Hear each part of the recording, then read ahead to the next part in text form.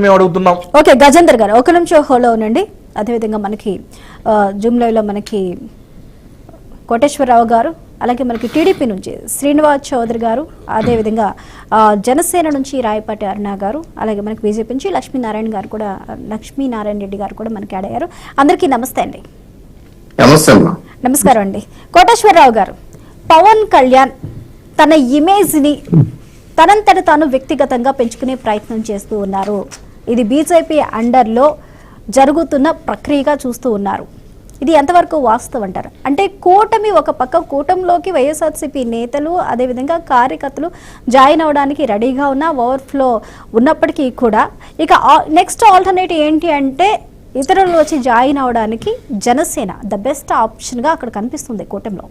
అలాంటప్పుడు ఒక వ్యూహం ప్రకారం పవన్ కళ్యాణ్ దాని సొంతగా ఒక కూటమిలో ఒక పవన్ కళ్యాణ్ ఉన్నారు, ఒక డిప్యూటీ సీఎంగా పవన్ కళ్యాణ్ ఉన్నారు అని కాకుండా తనంతటా తాను ఓన్ ఇమేజ్ని బిల్డ్ చేసుకునే విధంగా, అంటే ఆల్రెడీ ఆయనకి ఇమేజ్ ఉంది, కాకపోతే పొలిటికల్గా తను వ్యక్తిగతంగా పొలిటికల్గా సొంత ఇమేజ్ని బిల్డ్ చేసుకునే ప్రయత్నం చేస్తున్నారు. ఇది కూడా రాబోయే ఎలక్షన్స్ అంటే 2029కి సంబంధించి ఒక ప్రణాళికాబద్ధంగా రూట్ మ్యాప్ అనేది క్లియర్ చేసుకుంటున్నారు అనే వాదనలు వినిపిస్తున్నాయి. మరి ఇప్పుడు చంద్రబాబు నాయుడుకి వ్యతిరేకంగా పవన్ కళ్యాణ్ వెళ్తున్నారా, లేకపోతే బీజేపీ ఇన్ఫ్లుయెన్స్తో పవన్ కళ్యాణ్ తన సొంత రూట్ మ్యాప్ అనేది వేసుకుంటూ వెళ్తున్నారా? ఎలా చూడొచ్చు అంటారు కోటేశ్వరరావు గారు? ప్రస్తుతం తెలుగుదేశం పార్టీ బస్సు లేదా రైలు ఓవర్ ఫ్లో అవుతా ఉంది. అనేక మంది సీట్లు లేక నిలబడి ప్రయాణిస్తున్నారు. అందువల్ల ఆ పార్టీలో చేరడానికి లేదా చేర్చుకోవడానికి వైసీపీ నుంచి అనేకమైనటువంటి అభ్యంతరాలు సహజంగానే ఉంటాయి.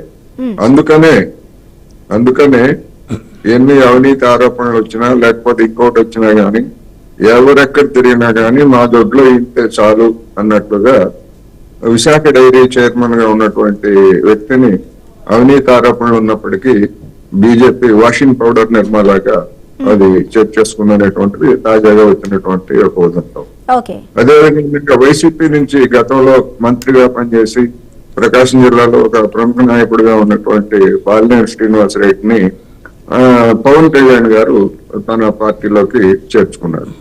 ఈ ధోరణులన్నీ చూసినప్పుడు రాబోయేటువంటి రోజుల్లో వైసీపీ నుంచి కావచ్చు లేదా ఇతర శక్తుల నుంచి కావచ్చు ఎవరైనా కానీ బీజేపీలోనూ లేదా జనసేనలోనూ చేరడానికి అవకాశాలు ఉన్నాయనేటువంటిది మనకి కనిపిస్తా ఉంది. అయితే ఇలాంటివి జరిగినప్పుడల్లా లేదా ఈ ధోరణి కనుక పెరిగేట్లయితే డెఫినెట్ గా తెలుగుదేశం పార్టీకి రెండో వైపున జనసేన బీజేపీ, ఎందుకంటే జనసేన బీజేపీ అనేటువంటివి వాళ్ళకి తేడా, వాళ్ళకైతే నేను చూపలేదు, రెండు ఒకటే అనేది నా అభిప్రాయం. ఇప్పుడు పవన్ కళ్యాణ్ గారు మీరు చెప్పినట్టుగా జనవరి నుంచి ఆయన జిల్లాల పర్యటన లేకపోతే ఇంకా సొంత ఇమేజ్ ని పెంచుకునేందుకు చేసే ప్రయత్నాలు ఇవన్నీ కూడా డెఫినెట్ గా పవన్ కళ్యాణ్ ని ఉపయోగించుకొని బీజేపీ బలపడాలనిపిస్తా ఉంది. ఎందుకంటే వాళ్ళిద్దరూ హిందుత్వ శక్తులుగా పవన్ కళ్యాణ్ ఆయనే చెప్పుకున్నారు కనుక సైద్ధాంతిక పరమైనటువంటి భావజాలంలో ఎలాంటి తేడా లేదు. బీజేపీగా ఒకవేళ అధికారానికి రాకపోయేట్లయితే జనసేన పేరుతోటి రావాలనేటువంటిది దాని యత్నం కనిపిస్తా ఉంది. అందుకని ఈ ధోరణి కనుక పెరిగేట్లయితే రాబోయేటువంటి రోజుల్లో తెలుగుదేశం పార్టీకి మిగిలినటువంటి రెండు పార్టీలకి మధ్య రాజకీయ పరమైనటువంటి అగాధానికి పెరగడానికి దారితీస్తుంది. ఆ అగాధం తీవ్రతను బట్టి ఎలాంటి పరిణామాలు జరుగుతాయనేటువంటిది మనం ఇప్పుడే ఊహించలేం, కానీ డెఫినెట్ గా అది ఒక తీవ్రమైనటువంటి పరిణామాలు పర్యవసానికి దారితీస్తుంది. ఎందుకు అంటే ఇమేజ్ ని పెంచుకోవడంలో భారతదేశంలో చంద్రబాబు నాయుడిని మించినటువంటి వాళ్ళు లేరు. ఇప్పుడు ఆయనకి వయసు మీరిన కారణం ఆయన స్థానంలో తన కుమారుడు లోకేష్ ని తీసుకురావడానికి సహజంగానే ప్రయత్నిస్తారు. అది అందరికీ తెలిసినటువంటిదే. గతంలో ఎన్నికలకు ముందు కూడా మనం చూసాం, యువగళం పేరుతోటి లేదా ఇతరత్ర కార్యక్రమాలతోటి ఆయన స్థాయిని పెంచడానికి చూశారు. అటువంటిది ఇప్పుడు పవన్ కళ్యాణ్ గారు జిల్లాల పర్యటన పేరుతోటి సమీక్షల పేరుతో కనుక ఆయన తిరిగేట్లయితే డెఫినెట్ గా అక్కడ క్లాష్ వస్తుంది.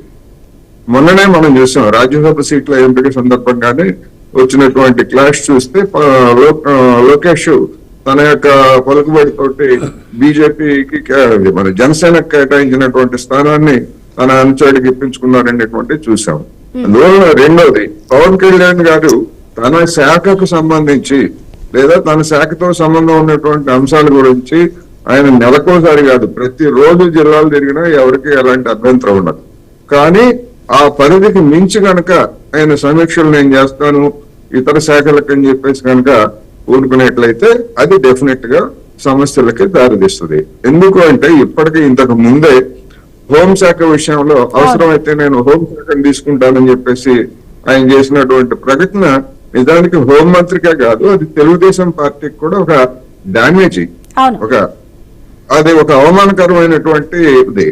సరే, ఆ పార్టీ వాళ్ళు దాన్ని ఎట్లా తీసుకున్నారు ఏమిటనేటువంటిది అది పక్కన పెట్టేట్లయితే జనంలో మాత్రం ఏమిటి ఈయన ఇంకొక మంత్రి మీద ఇంకొక అనేటువంటిది ఎప్పుడు వచ్చింది. రాబోయేటువంటి అదే విధంగా ఈ మన బియ్యం సబ్సిడీ బియ్యానికి సంబంధించి అయితే ఆ సబ్సిడీ బియ్యం పౌర సరఫరాల శాఖ మంత్రి తమ పార్టీ వాడే కనుక దాన్ని జనం కొంచెం అర్థం చేసుకుంటారు, ఓహో